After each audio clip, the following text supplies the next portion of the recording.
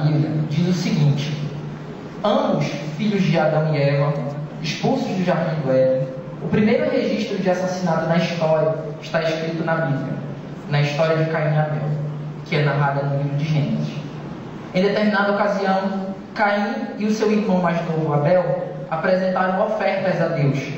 Caim apresentou frutas do solo e Abel ofereceu primícias do seu rebanho, ou seja, uma ovelha. A oferta de Abel teria agradado a Deus, enquanto que a de Caim caiu no seu semblante. Não agradou a Deus. Deus diz a Caim, após ver o seu semblante caído por ter sua oferta rejeitada: se procedes bem, não é certo que serás aceito. Possuído por ciúmes, ou seja, essa foi a motivação do crime, após ver o seu semblante caído por ter sua oferta rejeitada, Caim armou uma emboscada para seu irmão. Sugeriu a Abel que ambos fossem ao campo, e lá chegando, Caim matou seu irmão. Quando Abel é recompensado por Deus, Caim é tomado de ressentimento.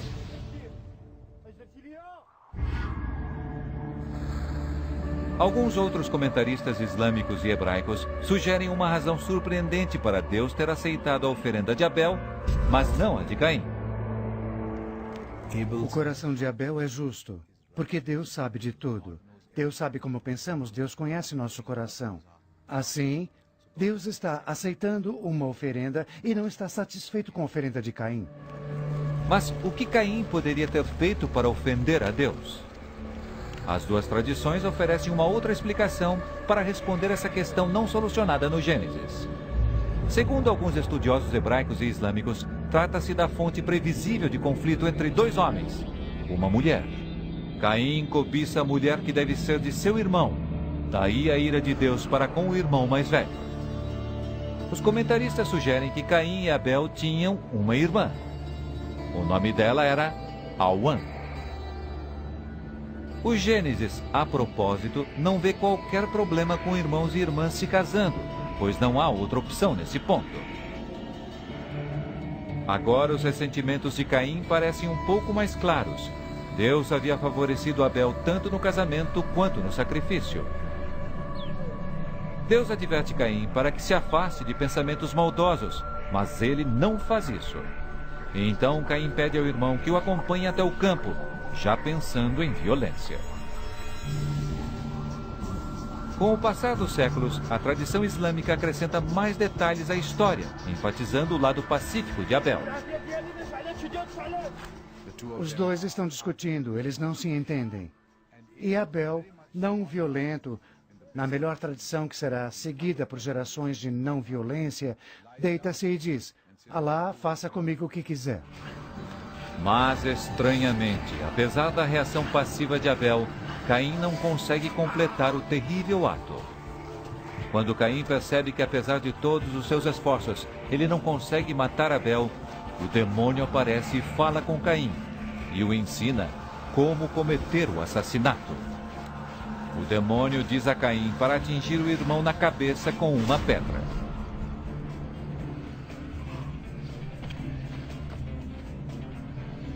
Mas o que significa assassinato nesse mundo sem morte? Os comentários islâmicos oferecem alguns detalhes sobre como a situação era nova e terrível.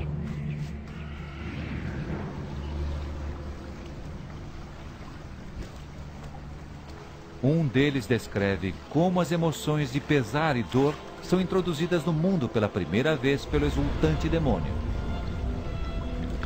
Quando o demônio visita Eva, que ainda não sabe que seu filho mais novo está morto, ele diz: Seu filho Abel não irá voltar para você. Como assim?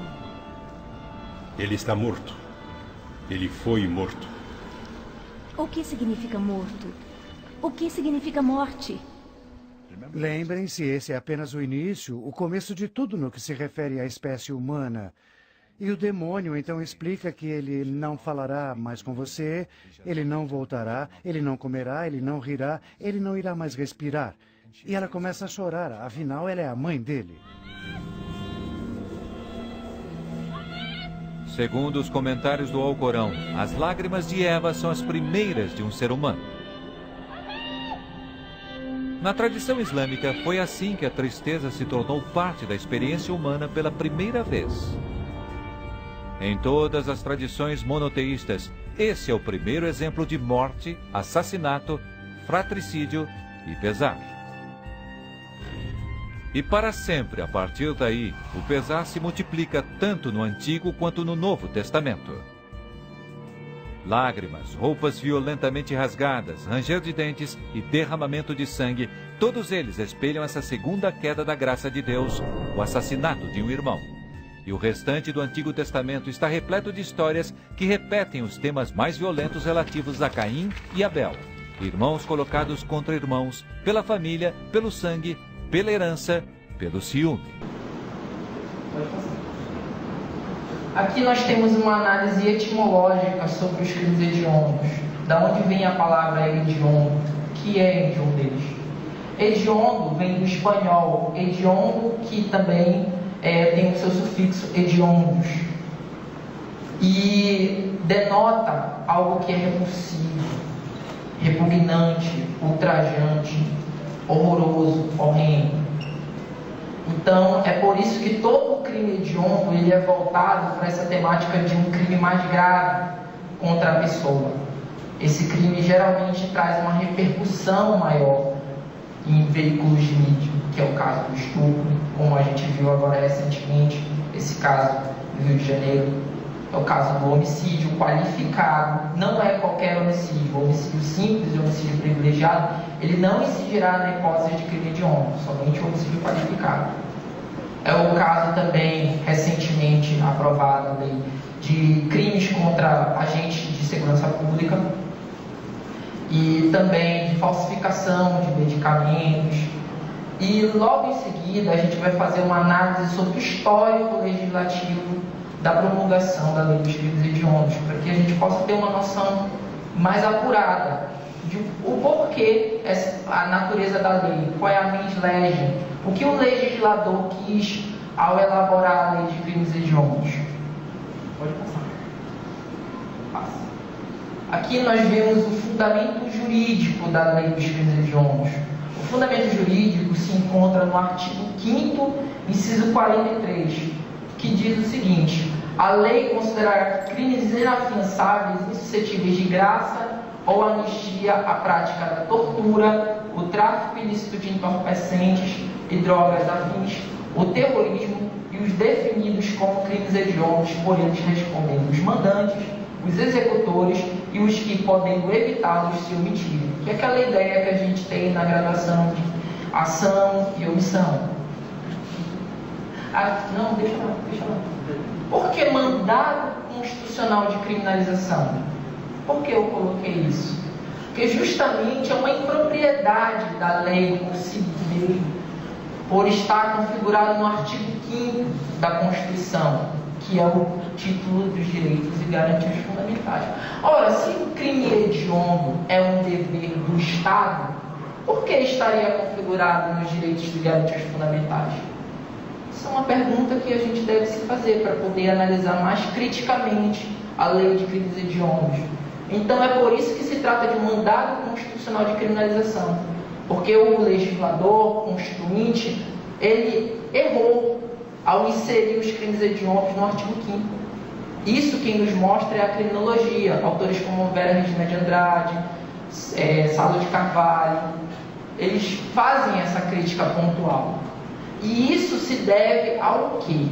A política do law and order, que é a política de lei e ordem, que é uma política estabelecida pelo governo de Ronald Reagan, através da famosa guerra às drogas.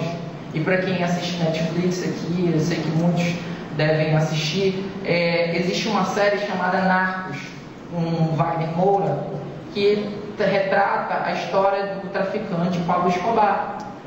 E o engraçado nessa série, se vocês prestarem atenção, é que ela justamente mostra essa natureza da política de law and order. Porque a política de guerra às drogas, ela veio justamente com esse caráter de repressão, de punição a qualquer custo.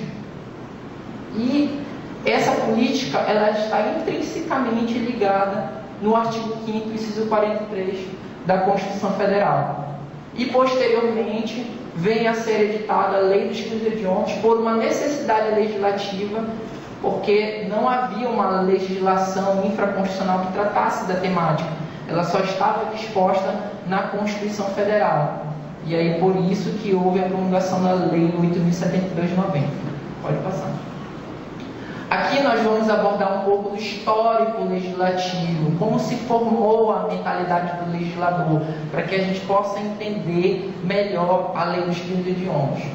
A Lei dos Crimes Hediondos, ela teve como fatos antecedentes à sua promulgação o caso Abílio Diniz. Abílio Diniz, para quem não conhece, é um grande magnata paulistano, e ele sofreu um sequestro no dia 11 de dezembro de 1989. Vejam a data, um ano antes da promulgação da lei.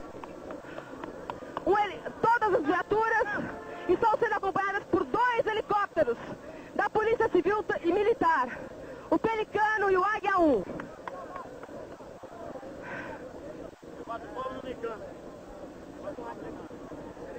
As pessoas que acompanharam a agonia do empresário Abílio Diniz e toda a negociação desde ontem estão aqui bastante felizes e dizem que essa foi uma vitória brasileira. Por quê?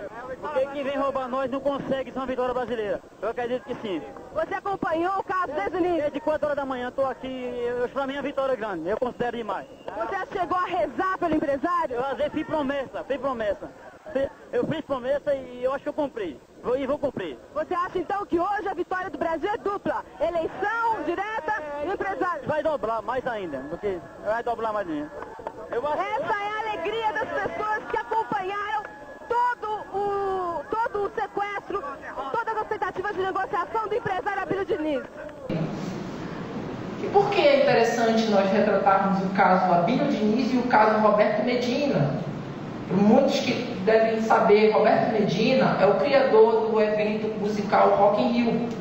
E ele sofreu um sequestro e passou 16 dias em cativeiro. 16 dias. Ambos magnatas. Um de São Paulo e o outro do Rio de Janeiro. Então, houve uma repercussão muito grande na mídia. Muito grande a respeito do caso dos dois. E isso, de certa forma, impulsionou para que a lei fosse promulgada. E nós já vamos aos fatos. A aprovação da Lei 8.072, de 25 de julho de 1990, foi antecedida pelo sequestro do empresário paulistano Abílio Diniz e do publicitário Roberto Medina. Sob pressão, o Senado aprovou o projeto que tramitava em regime de urgência em 34 dias. 34 dias uma lei foi aprovada no Senado, contados da data de apresentação da matéria. E a Câmara Federal aprovou um substitutivo em apenas 2 dias. A celeridade na tramitação, entretanto, não é demonstração da segurança necessária que os parlamentares necessitavam em relação à eficácia da aprovação da lei. O então deputado Érico Pegoraro, do PFL, disse tomar conhecimento do substitutivo por meio de uma leitura dinâmica. O que foi essa leitura dinâmica? Foi uma passada rápida. Ele não teve um profundo estudo a respeito do conteúdo legislativo, a respeito do conteúdo da lei. Ou seja, ele sequer pode fazer um exame do conteúdo da lei e dos considerandos que a permeavam, pois o próprio deputado Plínio Arruda disse o seguinte, que se ele solicitasse o adiamento da aprovação no Senado, ele corria o risco de, no dia posterior ao pedido do adiamento, para ele poder fazer vistas e poder entender o conteúdo da lei, ele fosse tido pelo Jornal Nacional como defensor da prática de sequestro.